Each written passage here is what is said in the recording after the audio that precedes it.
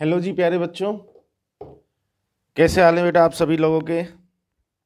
I hope सब लोग बढ़िया होंगे, कुशल मंगल होंगे सब लोग। तो आज हम स्टार्ट करते हैं मैग्नेटिक इफेक्ट ऑफ करंट का नेक्स्ट वीडियो। पिछले वीडियो तक बेटा जो चीज़ें हमने डिस्कस कर ली थी, एक बार उसको थोड़ा सा मैं ब्रीफ कर देता हूँ। पिछले वीडियो में हमने डिस्कस किया था कि एक्चुअल में मैग्नेटिक इफेक्ट ऑफ करंट क्या है। उसमें ओरेस्टेड साहब ने एक एक्सपेरिमेंट किया था। एक्चुअल में ओरेस्टेड के एक्सपेरिमेंट से ही हमको ये पता लगा था कि जब किसी भी कंडक्टिंग वायर में से करंट का फ्लो होता है तो उसके सराउंडिंग में एक मैग्नेटिक फील्ड प्रोड्यूस होता है। एक्सपेरिमेंट में उन्होंने एक मैग्नेटिक नीडल को लिया था, याद आ रहा होगा हमने इस चीज़ को डिस्कस किया था कि एक मैग्नेटिक नीडल को करंट कैरिंग कंडक्टिंग वायर के पास में रखा, तो जैसे ही वायर में से करंट का फ्लो हुआ तो निडल डिफ्लेक्ट हुई। निडल का डिफ्लेक्शन इस चीज़ का इंडिकेशन है कि उस पर कोई टॉर्क लगा, और टॉर्क इस चीज़ का इंडिकेशन है कि वहाँ पर कोई मैग्नेटिक फील्ड प्रोड्यूस हुआ।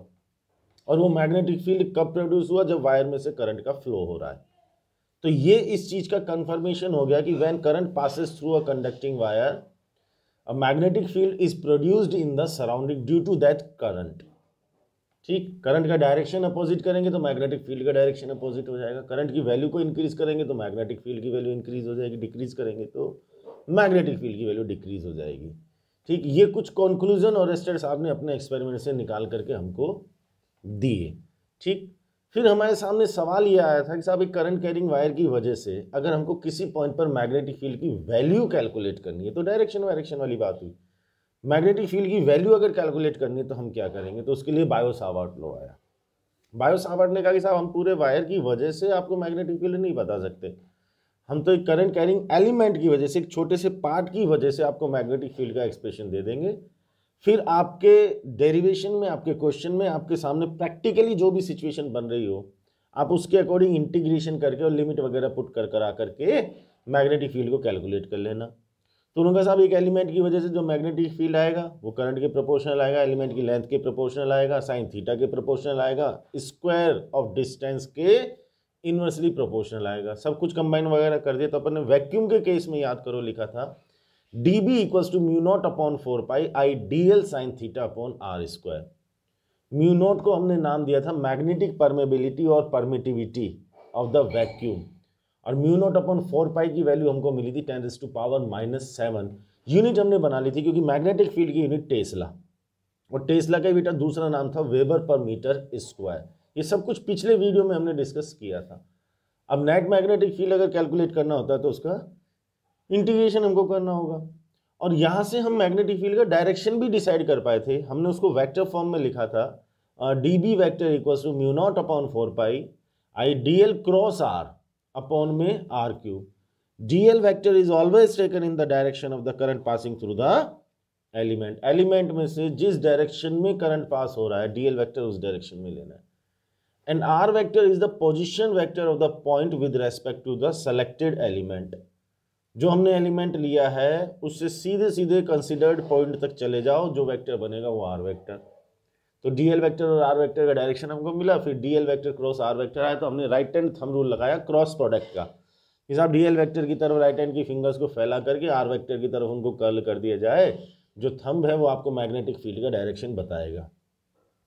If the magnetic field is obtain in the direction normal to the plane inward, perpendicular inward direction में अगर मैग्नेटिक फील्ड होगा तो उसको क्या लेना है बेटा? क्रॉस। और परपेंडिकुलर आउटवर्ड होगा तो उसको क्या लेंगे? डॉट। ये एक डायरेक्शन को शो करने का तरीका है।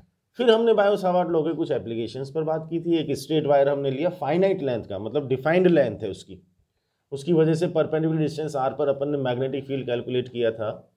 तो मैग्नेटिक फील्ड का एक्सप्रेशन आया था हमारे पास में। एंगल लिए थे हमने θ1 और θ2। नोट कुछ भी नहीं कर रहा हूँ, सब कुछ उस वीडियो में बस रिवाइंड कर रहा हूँ आपको।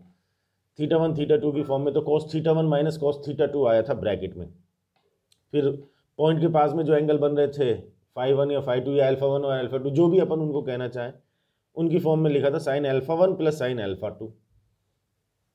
फिर उसमें एक दो केसेस हमने ले लिए थे कि सब वायर की लेंथ को अगर इनफाइनाइट ले लिया जाए तो मैग्नेटिक फील्ड कितना हो जाएगा, और इनफाइनाइट लेंथ का वायर लेकर के जो पॉइंट हम कंसीडर कर रहे हैं वो किसी एक एंड के सामने कंसीडर कर लिया जाए तो कितना आ जाएगा। और अगर हम पॉइंट वायर की लेंथ के अलोंग ही लेकर के चले तो मैग्नेटिक फील्ड कितना आएगा? 0 आएगा साहब। ये चीज़ें हमने डिस्कस की थी। फिर एक करंट कैरिंग सर्कुलर लूप या कोयल के सेंटर पर अपन ने मैग्नेटिक फील्ड निकाला था, सर्कुलर आर्क की भी अपन ने बात की थी। तो ये सारा सब कुछ अपन ने पिछले वीडियो में डिस्कस कर लिया था, ठीक है, बायो सावर्ट लॉ के एप्लीकेशन में। बेटा आज जो चीज़ हम डिस्कस करने वाले हैं वो भी बायो सावर्ट लॉ का ही एप्लीकेशन है। यहाँ भी देखो हमने हेडिंग लिखा हुआ है magnetic field due to current carrying circular coil. अब आप एक बार के लिए सोचेंगे सर ये हेडिंग तो आपने गलत नोट कर दी, क्योंकि करंट कैरिंग सर्कुलर कोयल के लिए तो अपन ने लास्ट वीडियो में ही बात कर ली थी। डिफरेंस है बेटा, वहां हमने मैग्नेटिक फील्ड जो निकाला था वो सेंटर पर निकाला था, है ना। अब जो हम मैग्नेटिक फील्ड निकाल रहे हैं वो सर्कुलर कोयल के एक्सिस के किसी पॉइंट पर निकालना चाहते हैं। कुछ इस तरीके का डेरिवेशन इलेक्ट्रोस्टैटिक्स में भी किया जाता है चार्ज्ड रिंग की वजह से, ठीक है। वहां पर डायरेक्शन वायरेक्शन वाली कहानी थोड़ी सी अलग तरीके से चलती है। यहां हम समझते हैं कि साहब एक्सिस पर अगर निकालना है तो कैसे निकाला जाएगा। तो पहले तो फिगर में जो सिचुएशन अपने बनी हुई है उसको समझने की कोशिश करें। उसको कन्वीनियंट बनाने के लिए मैंने यहाँ पर एक्सिस ले लिया एक्स वाई और जेड। तो पहली बात तो ये कि ये जो हमारी सर्कुलर कोयल है ये आपको थोड़ी सी इलिप्टिकल शेप में दिखाई दे रही होगी। एक्चुअली में उसका रीजन क्या है कि ये वाई जेड प्लेन में रखी हुई है। तो आप ऐसे समझ लो कि ये जो हमारी स्क्रीन है, जिस स्क्रीन पर आप इसको देख रहे हो, उस स्क्रीन के परपेंडिकुलर जो प्लेन है उस परपेंडिकुलर प्लेन में ये सर्कुलर कोयल रखी हुई है, ठीक है। अब इसके सेंटर से पास होता हुआ इसका एक्सिस जा रहा है, एक्स एक्सिस जा रहा है। तो हमने एक्सिस पर यहाँ एक पी पॉइंट कंसीडर किया जिस पर मैग्नेटिक फील्ड कैलकुलेट करना है। अच्छा साहब, कोयल से रिलेटेड और क्या क्या इन्फॉर्मेशन है कि साहब कोयल का रेडियस आर है और उसमें इस तरीके से क्लॉकवाइज एंटी क्लॉकवाइज डायरेक्शन में इस तरीके से करंट का फ्लो हो रहा है, ठीक है साहब। जो एक्सिस पर अपन ने पॉइंट कंसीडर किया उसका सेंटर से डिस्टेंस एक्स है, ठीक है साहब। यहाँ पर अपन को अब मैग्नेटिक फील्ड कैलकुलेट करना है, बायो सावर्ट अप्लाई करेंगे, बिल्कुल बेसिक पर चलना है, थोड़ा सा डेरिवेशन को समझना है, इनफैक्ट इस फिगर को समझना है कि ये जो मैग्नेटिक फील्ड का अपन ने डायरेक्शन दिखा रखे हैं ना, बस बेटा ये डायरेक्शन अगर अपन को समझ में आए तो फिर तो डेरिवेशन बहुत ईजी हो गया। अब बायो सावर्ट अप्लाई करने के लिए हमने क्या कहा कि साहब यहाँ पर कोई एक एलिमेंट ले लें। जैसे हमने यहाँ पर एक एलिमेंट ले लिया डीएल लेंथ का, हम इस एलिमेंट की वजह से पहले इस पी पॉइंट पर मैग्नेटिक फील्ड लिखेंगे। साहब एलिमेंट से हमने पॉइंट को ज्वाइन कर दिया तो ये डिस्टेंस आर हो गया, ठीक। अब हम एलिमेंट की वजह से मैग्नेटिक फील्ड कितना लिखते हैं, D B equals to mu naught upon 4 pi I D L sine theta upon R square, ये लिखते हैं हम। तो सही बात है, ये लिखते भी। बहुत ध्यान से चेक करो कि यहाँ पर थीटा की वैल्यू कितनी है। थीटा क्या है, डी एल वैक्टर और आर वैक्टर के बीच में एंगल। बट अगर आप बहुत ध्यान से देखो, कोयल इमेजिन करना, इस चीज को विजुअलाइज करना कि ये जो कोयल है ये हमारी स्क्रीन के परपेंडिकुलर प्लेन में रखी हुई है। अपना हाथ इसके परपेंडिकुलर रख करके समझ लो बात को। तो वो जो कोयल है वो आपके हाथ में, हथेली में बनी हुई है। अब उसमें मान लो कि एंटी क्लॉकवाइज डायरेक्शन में करंट है और आपने ऊपर की तरफ एक एलिमेंट लिया है। तो बेटा उस एलिमेंट के लिए डीएल वेक्टर किधर लिया जाएगा? हमने बोला DL vector is always taken in the direction of the current. Current का फ्लो ऐसे कुछ हो रहा है, टेंजेंशियली अगर ड्रॉ करोगे तो शायद मेरी तरफ, मतलब आप देख रहे हो तो आपकी तरफ, शायद डीएल वेक्टर हमारी तरफ आ रहा होगा, मतलब स्क्रीन के परपेंडिकुलर बाहर की तरफ। क्या मेरी ये बात समझ में आ रही है? क्योंकि कोयल हमारी वाई जेड प्लेन में, मतलब स्क्रीन के परपेंडिकुलर प्लेन में रखी हुई है, तो जो डीएल वेक्टर आएगा वो स्क्रीन के परपेंडिकुलर हमारी तरफ आएगा। तो डीएल वेक्टर हमारे डायरेक्शन में हो गया। अब सोचो उस एलिमेंट से हमने पी पॉइंट को ज्वाइन किया, तो वो जो ज्वाइन करने वाली लाइन है वो हमारा आर वेक्टर है। अब डीएल वेक्टर तो स्क्रीन के परपेंडिकुलर बाहर की तरफ और आर वेक्टर हो गया स्क्रीन के प्लेन में। Tell me what is angle between dl vector and R vector? Dl vector perpendicular बाहर और आर वेक्टर उसी प्लेन में, तो आई थिंक थीटा की value 90 degree. Am I clear? तो magnetic field will be d B equals to mu naught upon 4 pi I D L sine 90 will be 1 upon में R square, ठीक। अब एक छोटा सा काम और, what is direction of magnetic field due to this element? इस element की वजह से यहाँ पर जो मैग्नेटिक फील्ड आ रहा है उसका डायरेक्शन कौन सा आएगा? तो हमने इसका वेक्टर एक्सप्रेशन देखा, D B vector equals to mu naught upon 4 pi और ये हो गया I D L cross R और अपॉन में आर क्यूब, ठीक। ये बात तो मुझे कंफर्म हो गई कि डी एल वैक्टर और आर वैक्टर जिस प्लेन में होंगे डी बी वैक्टर उसके परपेंडिकुलर आएगा, क्योंकि क्रॉस प्रोडक्ट में एक बेसिक चीज है कि ए क्रॉस बी इक्वल्स टू सी आता है। तो सी हमेशा उस प्लेन के परपेंडिकुलर आएगा जिसमें ए और बी एग्जिस्ट करेंगे। तो डीएल और आर जिस प्लेन में एग्जिस्ट करेंगे डीबी उसके परपेंडिकुलर आएगा। अब डीएल क्रॉस आर करो, right hand thumb rule apply करो क्रॉस प्रोडक्ट का। साहब डीएल वेक्टर की तरफ राइट हैंड की फिंगर्स को फैलाओ। अच्छा, ये चीज़ आपको प्रैक्टिकली करके देखनी पड़ेगी। जैसे जैसे मैं बोलता जा रहा हूँ वैसे वैसे आप करते चलोगे तो आपको प्रैक्टिकली ये बात समझ में आएगी and you can decide the direction of the magnetic field. Otherwise केवल सुनने से आपको चीज़ क्लियर नहीं होगी। तो बेटा डीएल वेक्टर मतलब अपनी तरफ, स्क्रीन के परपेंडिकुलर अपनी तरफ, उस डायरेक्शन में राइट हैंड की फिंगर्स को कुछ इस तरीके से फैलाओ कि हमारी फिंगर्स आर वेक्टर की तरफ मुड़ सकें। अब आर वेक्टर की तरफ मुड़ेंगी तो हमारा थंब किधर की तरफ आएगा। अब आप इसको ऐसे भी समझो कि डीएल वेक्टर और आर वेक्टर, डीएल वेक्टर और आर वेक्टर ये दोनों मिलकर के कौन सा प्लेन बनाएंगे, कुछ ऐसा वाला प्लेन बनेगा। क्या मतलब मैं ऐसा कह सकता हूँ कि ये एक ढलान है, ये एक स्लोप है और मैं सामने से खड़ा होकर के देख रहा हूँ तो मुझे स्लोप का किनारा नजर आ रहा है। आप ऐसा समझ लो कि एक स्लोप बना हुआ है, एक ढलान बना हुआ है और आप सामने नहीं खड़े हुए हो, स्लोप के साइड में खड़े होकर के, किसी एक साइड में खड़े होकर के देख रहे हो तो मुझे इस स्लोप का किनारा नजर आ रहा है। तो बेटा एक्चुअल में ये जो डीबी आएगा ना, ये जो मैग्नेटिक फील्ड आएगा ये स्लोप के परपेंडिकुलर आएगा, क्योंकि इसी प्लेन में डीएल वेक्टर और आर वेक्टर एग्जिस्ट कर रहे हैं। तो इस स्लोप के परपेंडिकुलर डीबी, हमारा अंगूठा भी कुछ इधर की तरफ आ रहा था, तो डीबी आ गया इसके परपेंडिकुलर इस डायरेक्शन में। अगर मैं इस एंगल को थीटा मानूं तो मैं इस एंगल को भी थीटा कहूंगा। अच्छा, थीटा की बात क्यों कर रहा हूं, क्योंकि मुझे डीबी के कंपोनेंट चाहिए। तो डीबी इस डायरेक्शन में हो गया, एंगल थीटा आ गया, इधर वाला कंपोनेंट डीबी कॉस थीटा आ गया और इधर वाला कंपोनेंट डीबी साइन थीटा आ गया। ठीक है साहब। अब यहां से हमारे दिमाग में एक बात आई कि साहब जैसे हमने यहां पर एक एलिमेंट लिया, ऐसे डायमेट्रिकली अपोजिट यहां पर अगर एक एलिमेंट ले लिया जाए वैसा ही, फिर उस एलिमेंट से पी पॉइंट को ज्वाइन कर दिया जाए तो ये वाली लाइन बन जाएगी, डिस्टेंस इसका भी आर आ जाएगा, ये एंगल भी थीटा आ जाएगा सिमेट्री से। तब जैसे यहाँ पर इस एलिमेंट की वजह से हमने मैग्नेटिक फील्ड इस डायरेक्शन में बोला, उसी तरह से इस एलिमेंट के लिए बात करते हुए क्रॉस प्रोडक्ट का राइट हैंड थंब रूल अगर हम अप्लाई करेंगे तो उसके लिए डीबी इस डायरेक्शन में आएगा, क्योंकि यहाँ पर बेटा जो स्लोप बनेगा वो कुछ ऐसा बनेगा। अब उसका किनारा ये नजर आ रहा है हमको स्लोप का, तो मैं कहूँ कि स्लोप के परपेंडिकुलर इधर की तरफ डीबी आ गया। अच्छा, मैग्नीट्यूड दोनों एलिमेंट की वजह से सेम आएगा, क्योंकि दोनों एलिमेंट के लिए सारी चीजें एक जैसी हैं, दोनों का लेंथ सेम है, दोनों से पॉइंट का डिस्टेंस सेम है, सारी कहानी एक जैसी है। तो ऊपर वाला डीबी आया तो नीचे वाला भी डीबी आएगा। अब इस डीबी के कंपोनेंट लिए तो इधर आ गया डीबी कॉस थीटा और इधर वाला कंपोनेंट आ गया डीबी साइन थीटा। हमने आमने सामने एलिमेंट लिए क्यों, क्योंकि इन दोनों एलिमेंट्स की वजह से अगर मैं पी पॉइंट पर रिजल्टेंट मैग्नेटिक फील्ड कैलकुलेट करना चाहूं तो मैं कहूंगा साहब डीबी कॉस थीटा और डीबी कॉस थीटा तो कैंसिल हो गए, इक्वल अपोजिट है, और डीबी साइन थीटा और डीबी साइन थीटा ऐड हो जाएंगे, तो इन दोनों की वजह से पी पॉइंट पर रिजल्टेंट मैग्नेटिक फील्ड कितना आ जाएगा, dB sine theta plus dB sine theta. अब यहां से मुझे एक शिक्षा मिली कि इस तरह से आमने सामने के एलिमेंट में लेकर के चलो, जैसे डायमेट्रिकली अपोजिट ये दोनों एलिमेंट्स बेटा मैंने लिए, इसी तरह से डायमेट्रिकली अपोजिट ये एलिमेंट्स ले लूं, डायमेट्रिकली अपोजिट ये एलिमेंट्स भी ले सकता हूं। आमने सामने के एलिमेंट्स की वजह से पी पॉइंट पर मैग्नेटिक फील्ड लेकर के उन मैग्नेटिक फील्ड के कंपोनेंट लिए जाएंगे, तो एक्सिस के परपेंडिकुलर ऐसे वाले जो कंपोनेंट आएंगे वो इक्वल और अपोजिट होने की वजह से कैंसिल हो जाएंगे, और एक्सिस के अलोंग जो कंपोनेंट आएंगे वो सारे सेम डायरेक्शन में होने की वजह से ऐड होते चले जाएंगे। तो क्या मैं सारे एलिमेंट्स की वजह से पी पर जो रिजल्टेंट मैग्नेटिक फील्ड आएगा उसको dB sine theta plus dB sine theta plus dB sine theta plus dB sine theta plus dB sine theta कितनी बार, जितने एलिमेंट्स लिए उतनी बार, तो क्या मैं ऐसा बोल सकता हूं कि पी पर जो रिजल्टेंट मैग्नेटिक फील्ड आएगा that will be dB sine theta plus dB sine theta plus dB sine theta plus dB sine theta, मतलब डीबी साइन थीटा का इंटीग्रेशन। बोलो ये बात समझ में। आप इलेक्ट्रोस्टैटिक्स में एक चार्ज्ड रिंग की वजह से एक्सिस पर इलेक्ट्रिक फील्ड वाला एक्सप्रेशन चेक करके देखना, डेरिवेशन उसका चेक करके देखना, कुछ थोड़ी बहुत कहानी आपको ऐसे वहां पर भी इसी तरह से कंपोनेंट वाली बात आई है।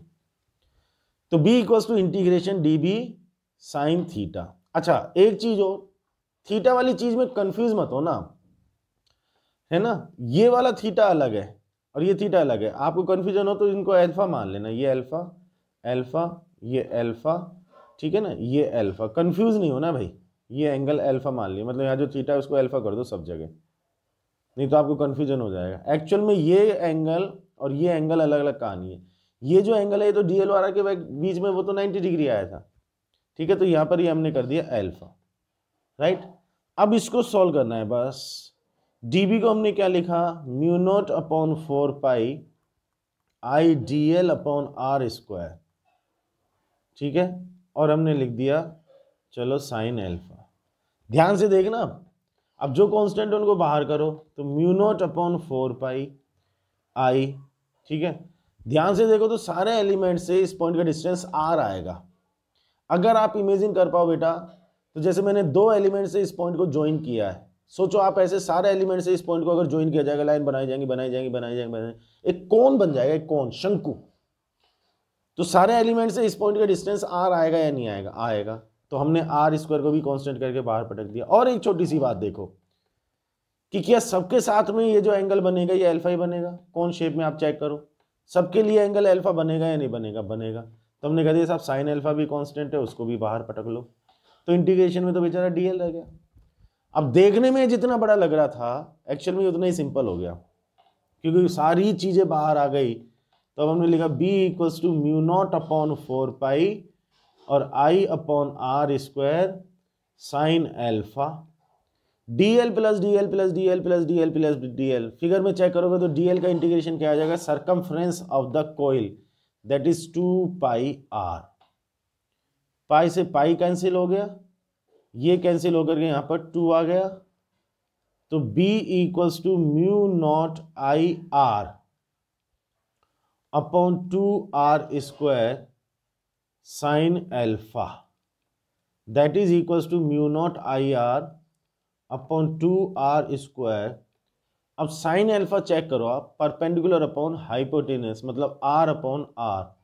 तो आर अपॉन आर ये हो गया mu naught I R square upon 2 R cube. So B equals to mu naught I R square upon 2, Pythagoras से कह रहा हूं, R square plus X square, sorry R square plus X square और power में 3/2। Pythagoras से check कर लेना। Axis पर मैग्नेटिक फील्ड का भैया ये एक्सप्रेशन आ गया, mu naught I R square upon में 2 R square plus X square whole power 3/2। ये एक्सिस पर हमको मैग्नेटिक फील्ड मिला। बोलो सर, चीज के लिए इंपॉर्टेंट जो चीज समझने वाली है, जिन पर विशेष ध्यान आपको लगाना कि थीटा 90 डिग्री आया और ये जो मैग्नेटिक फील्ड का डायरेक्शन आया, उसके अलावा कहीं कोई प्रॉब्लम है ही नहीं। डीबी का डायरेक्शन चाहिए तो डीएल क्रॉस आर करो, प्लेन सोचो कौन सा है, उसके परपेंडिकुलर डीबी करो। इमेजिन कर पाओगे चीज को, 3D में थोड़ा सा सोच पाओगे, विजुअलाइज अगर कर पाओगे तो इट इज वेरी इजी। फिर भी अगर कहीं कोई प्रॉब्लम हो तो रिपीट करके देखना या मेरे से डिस्कस कर लेना उस चीज को, ठीक है, कमेंट बॉक्स वगैरह में डाल करके, अगर कहीं पर कोई प्रॉब्लम फील होती है तो। बाकी इमेजिन अगर करोगे कि कोइल कैसे रखी हुई है, पॉइंट कहाँ पर है, कौन सी लाइन किससे ज्वाइन हो रही है, कौन से प्लेन की बात हो रही है, किसका और किसका क्रॉस प्रोडक्ट करना है, राइट हैंड की फिंगर्स को किधर की तरफ रख करके किधर की तरफ करना है, तो हमारा थंब किधर की तरफ आएगा। इस चीज को अगर आप विजुअलाइज कर पा रहे हो, केवल सुनोगे तो काम नहीं होगा, मैंने आपको पहले ही बोल दिया। इसको अगर आप विजुअलाइज कर पा रहे हो तो it is very easy to understand the situation. So axis पर हमको मैग्नेटिक फील्ड मिल गया mu naught I R square upon 2 R square plus X square whole power 3/2। पहली बात तो ये एक्सप्रेशन हमको याद होना चाहिए, and this derivation is very important from the point of view of the board examination. Board के पॉइंट ऑफ व्यू से अगर हम बात करें तो ये डेरिवेशन बहुत इंपॉर्टेंट है, ठीक। एक छोटा सा क्रॉस चेक अपन लगा सकते हैं, कंफर्म कर सकते हैं whether the result is okay और नॉट, इट इज करेक्ट और नॉट। कैसे चेक कर सकते हैं कि साहब, इससे अगर हम सेंटर पर मैग्नेटिक फील्ड निकालना चाहे तो निकाल भी सकते हैं, बिल्कुल निकाल सकते हैं साहब। हमने तो एक्सिस पर मैग्नेटिक फील्ड का एक्सप्रेशन लिख दिया ना, अब जो सेंटर है वो भी तो एक्सिस पर है। हाँ, सेंटर के लिए अगर बात करोगे तो x इक्वल्स टू 0 करना है। तो फॉर सेंटर के लिए अगर बात करेंगे तो x इक्वल्स टू 0 कर दें, और x इक्वल्स टू 0 कर देंगे तो b सेंटर पर कितना आ जाएगा, सेंटर पर आ जाएगा mu naught I R square upon 2, x को 0 कर दिया तो आर स्क्वायर की पावर 3/2, तो ये आर क्यूब आ जाएगा, आर क्यूब आ जाएगा, आर स्क्वायर से आर स्क्वायर कैंसिल हो जाएगा, तो ये म्यू नॉट आई अपॉन 2r, यही तो मिलता था हमको सेंटर पर। कंफर्म हो गई चीज, अब सेंटर पर मैग्नेटिक फील्ड इतना आ रहा है। बोलो ये बात क्लियर। तो एक्सिस पर हमने ये लिख दिया, उससे सेंटर पर भी हमको मैग्नेटिक फील्ड मिल गया। ठीक है, अब इसमें हम एक्सिस के जिस भी पॉइंट पर मैग्नेटिक फील्ड को कैलकुलेट करना चाहें ना साहब, कैलकुलेट कर सकते हैं। एक्स की वैल्यू डालते जाओ, मैग्नेटिक फील्ड निकालते जाओ।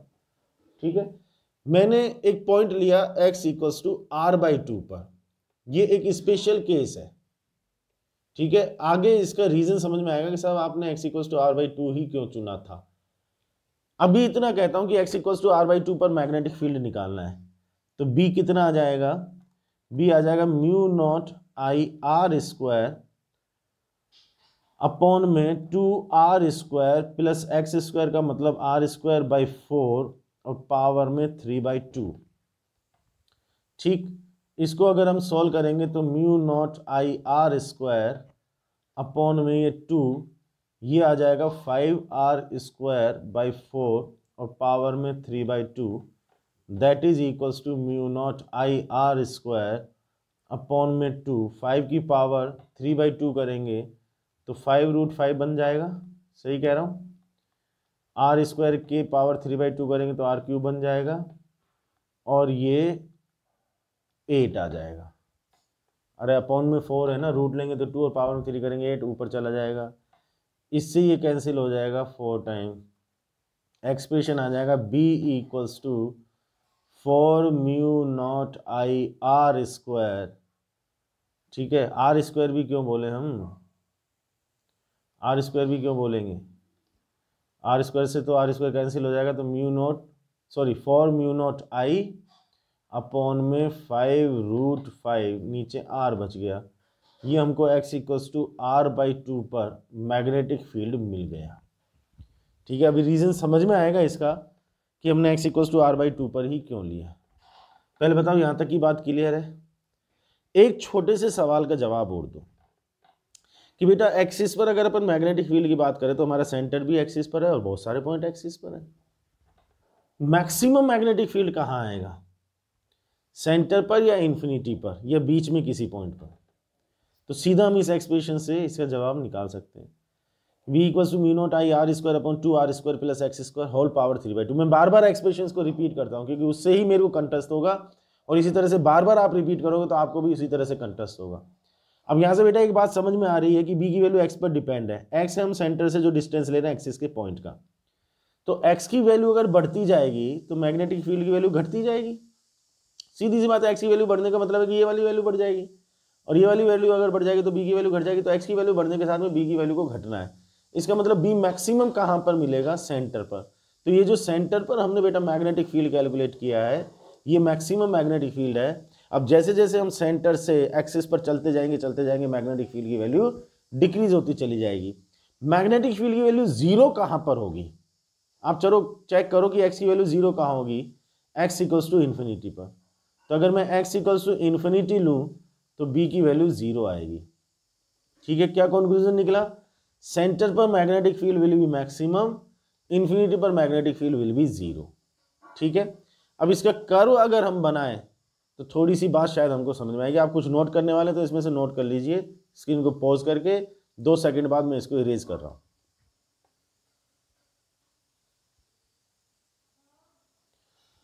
अब b और x का कर्व अगर हम प्लॉट करें, b और x का, तो कैसा बनेगा। इधर हमने b ले लिया, इधर हमने x ले लिया, x है सेंटर से डिस्टेंस, तो x इक्वल्स टू 0। अब हमने कहा साहब सेंटर पर मैग्नेटिक फील्ड मैक्सिमम आएगा और इन्फिनिटी पर मैग्नेटिक फील्ड 0 हो जाएगा। बेटा एक्चुअल में जब हम अलग अलग पॉइंट लेकर के इस कर्व को प्लॉट करते हैं तो ये कर्व एक्चुअल में हमें इस तरीके का मिलता है, ऐसा कर्व। मतलब कर्वेचर पहले इस तरीके से, आगे जाकर के कर्वेचर अपोजिट होता है। बीच में एक पॉइंट ये आता है जहां पर नेचर ऑफ कर्वेचर अपोजिट होता है। आप देखो इससे पहले ये किस तरह से है, ये कॉनकेव शेप है और इसके जस्ट बाद में ये कॉन्वेक्स शेप हो गई। तो ये जो पॉइंट है ये हमारा एक्चुअल में x इक्वल्स टू r/2 होता है, जिस पर हमने यहाँ पर मैग्नेटिक फील्ड कैलकुलेट किया है। इस पॉइंट को हम नाम देते हैं पॉइंट ऑफ इन्फ्लेक्शन। ठीक है, पॉइंट ऑफ इन्फ्लेक्शन, हिंदी में कहेंगे इसको नति परिवर्तन बिंदु। तो x equals to R by two पर क्या हो रहा है, कर्वेचर अपोजिट, मतलब उससे पहले कॉनकेव है तो उसके बाद में कॉन्वेक्स हो गया।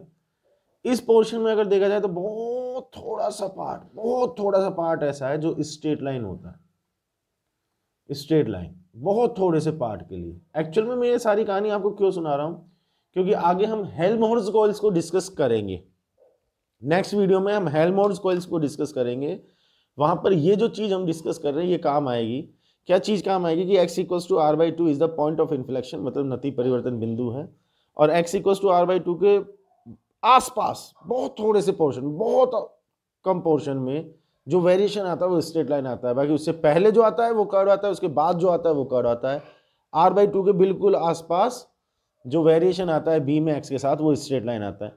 तो ये जो स्ट्रेट लाइन वाली प्रॉपर्टी है, ये जो स्ट्रेट लाइन वाली बात है, यही आगे हमको हेल्महोल्ट्ज कॉइल्स में काम आती है।